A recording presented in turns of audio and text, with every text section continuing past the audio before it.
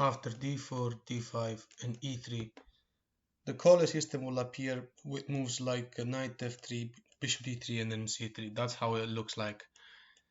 So black has to play active because this is a passive opening, and black needs to take advantage immediately. After bishop d3, the move is c5, targeting a pawn in the center, so the idea of giving the c pawn for the d pawn potentially, eventually. And also there are some variations where c4 will be played, where we want to reduce the control over the light squares of the opponent bishop. It depends though. So let's just explore three main ideas here. One of them is sometimes they play, it's actually a very popular choice, to take the pawn in c5, and then the idea is to play b4, c3 to just support that, but it doesn't really work. The other one is c3, which is the whole point. Basically, this is the most popular, and then knight f3. So let's start from this one, where they take the pawn in c5. Black plays e6, ideally wants to take the pawn in c5 with the bishop, so develop, and then have 2 pawns in the center. So the whole point of giving away the d pawn for the c pawn is then to reinforce the defense. This is met by a5, as it's obvious, and obviously as well a3 cannot be played because pawn takes doesn't work because of the rook. So c3, after c3, black now plays b6, and sooner or later we will be exploiting just all the pressure we are putting on these pawns. We're a pawn down, but right now we have 2 attackers on c5, so we will inevitably take that. So if white tries to keep the material advantage by taking the pawn in b6, now we can take in b4. If they take back, then we can take with check and then development of the queen, and we have lost nothing, except now black has everything open on the queen files, on the queen side files.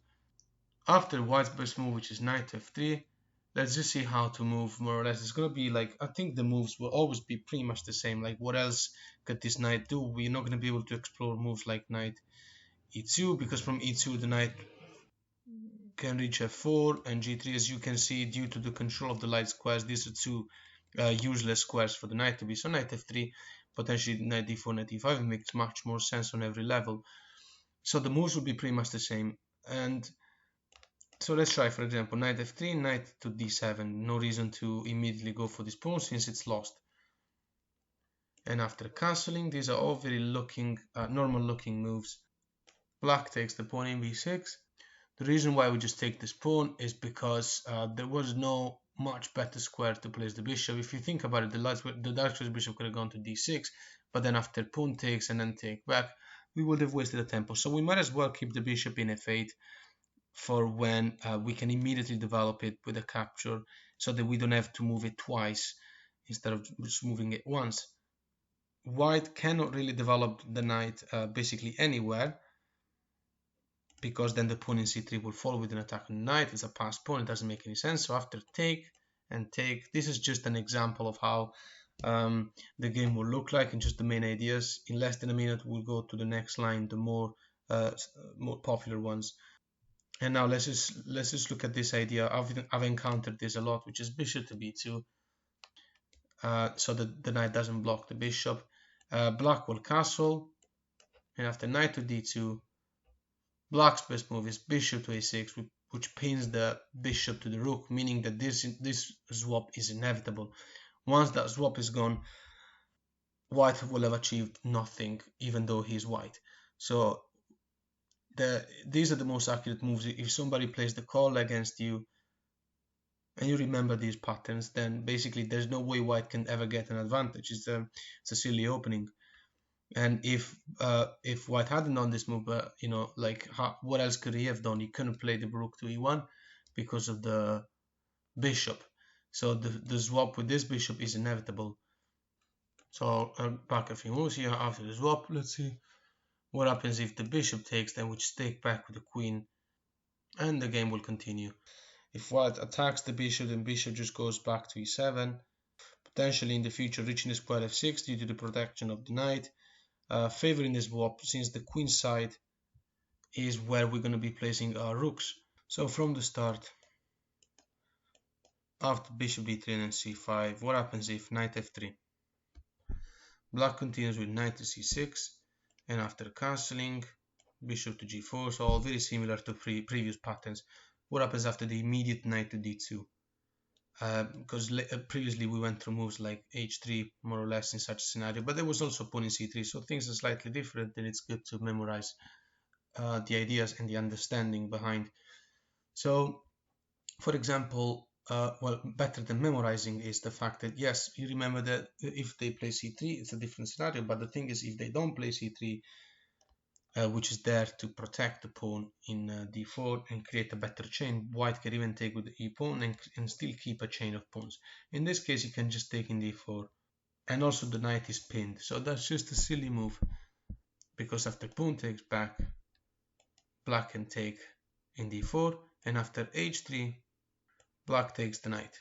Obviously white will have to take back with the knight, and now black goes back in c6. It's the best move.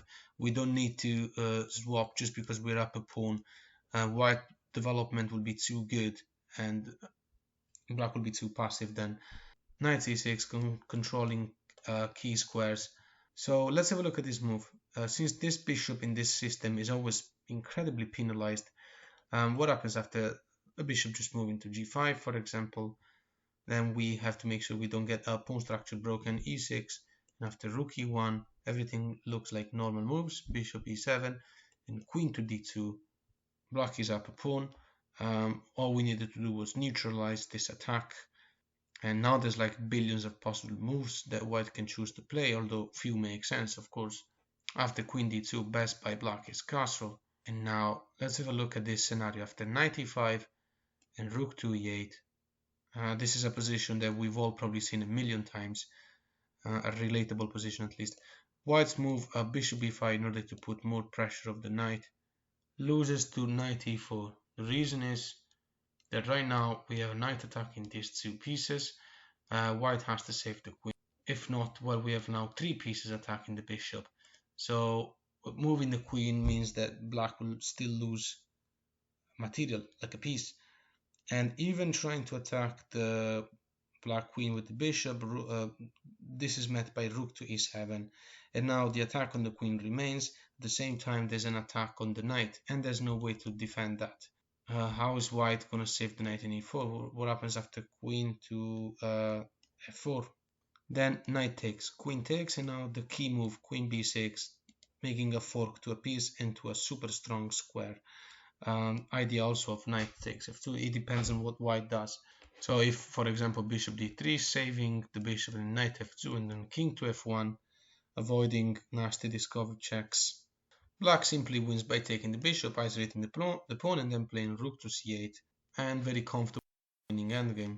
So in this position, we saw how bishop b5 is wrong.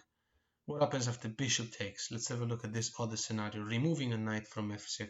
Bishop takes back, and now f4. We've all encountered this scenario where the white player plays the pawn in f4 to eventually put it in e5. We can do this in this case. Takes, and then queen b6 check is also attacking a weak pawn. So after king h1, pawn, queen takes. This is not poisoned because, well, now we're also attacking the pawn in e5 with the queen. So in case we get attacked by the e pawn, by the e rook, we do have an escape. In case of rook a to b1, we can also take the pawn in a2.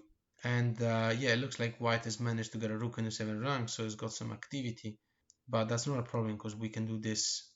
And if white doubles up the rooks, then rook takes, then check. Only move king moves, and then queen check, and king moves again, and then rook to b8, forcing a swap of rooks. And if not forcing, then black wins. And this is a easily winning endgame.